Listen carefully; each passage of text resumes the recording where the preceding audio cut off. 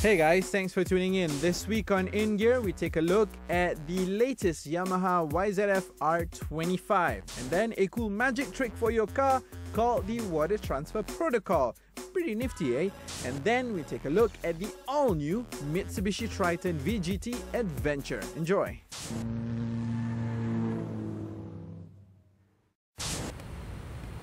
Now guys, I have a beautiful bike in front of me, but we're gonna play a game first to begin this segment. If I were to cover the name of this bike up here, can you tell me if this bike is 800 cc's or 600 cc's or what? What do you think? Now, if you've guessed 250 cc's, then you're very clever because yes, this is indeed a 250cc bike. This is the Yamaha R25. It's quite a looker, and we're going to see if it matches the performance that it has whilst it matches the looks of its more powerful siblings.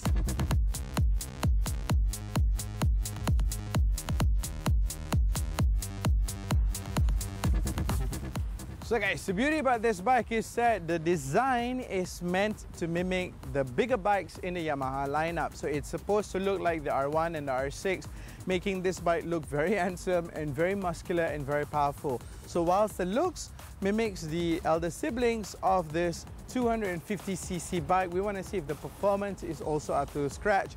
But we're going to look at the performance later when we ride the bike. Right now, we want to look at the key features or the finer details of this bike. Alright, the bike comes with 17-inch wheels front and back. The only difference is front get 110/70/17 and at the back you have 140/70/17, very fat tires at the back.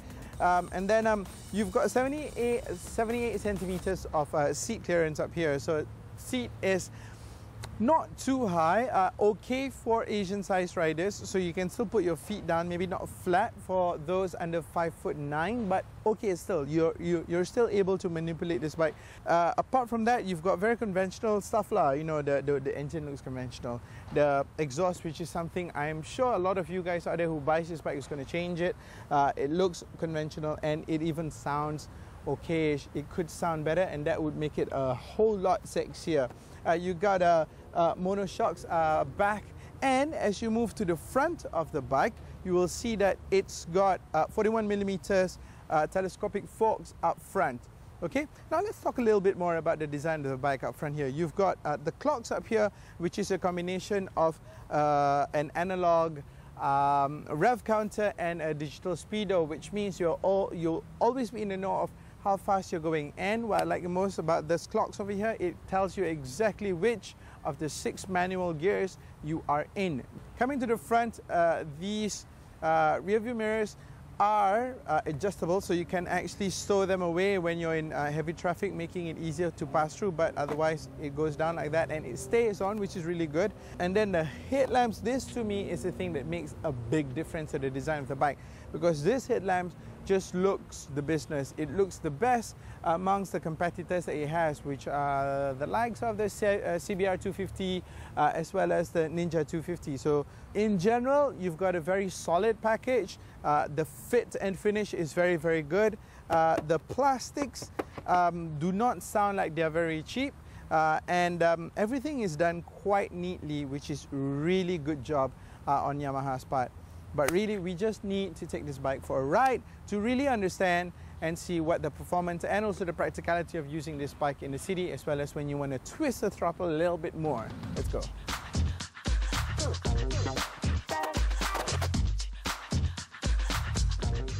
Alright guys, we're now doing a rolling test of the R25, and the first thing that will be very apparent to you if you ever get on the saddle of this bike is that compared to the other 250 bikes out there, namely the Ninja as well as the CBR 250, the riding position of this bike is a lot more sports bike than any of the other two.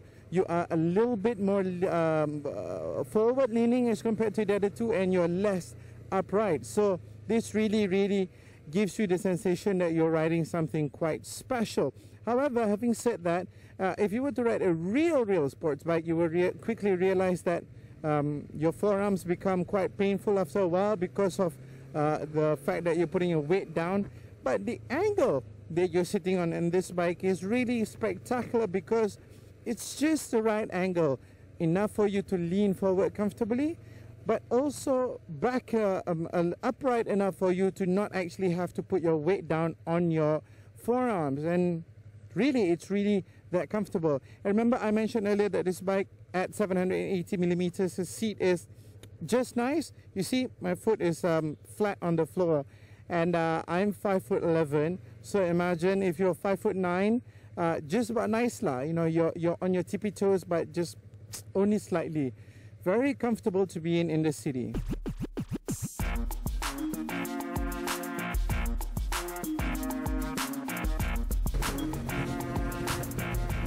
Well, when we are up on the highway, you will quickly realize that whilst it may be 250cc, but against its peers, it's definitely a contender to the throne, which is currently held by the king and crown prince of the 250cc bikes, which is the Kawasaki Ninja, as well as the Honda CBR 250.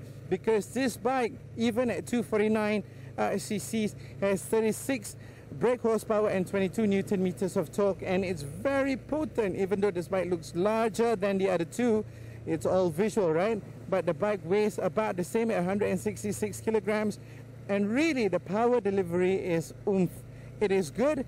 You rev all the way up to 15,000 RPM, and even though lower down, the response is a little bit lazy, but as you go up to the middle range, it's all there for you.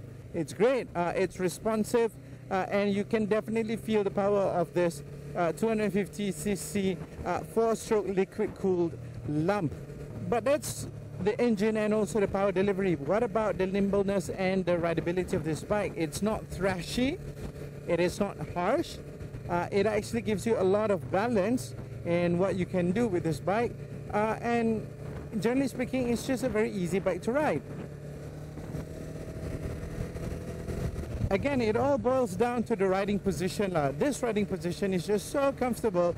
You know for a fact that you can do a lot with this riding position. You can go fast, you can go slow, not a problem at all. And when it comes to stopping power, you've got just about the right amount of brakes to go on this bike. You've got single discs up front and at the back. You've got 280s up front and 220s at the back, and it provides a right stopping power. Not the best in its class, but really for the application of this bike, it's just about enough.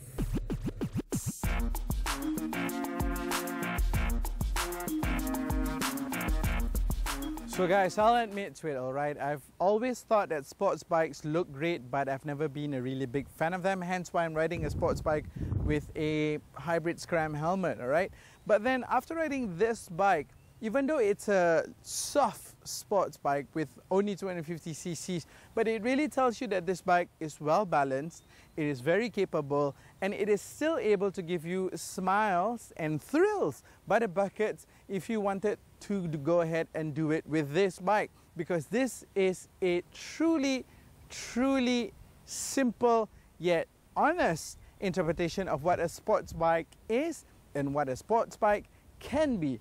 The Yamaha YZF-R25 is my pick amongst all the 250cc motorcycles out there in Malaysia right now.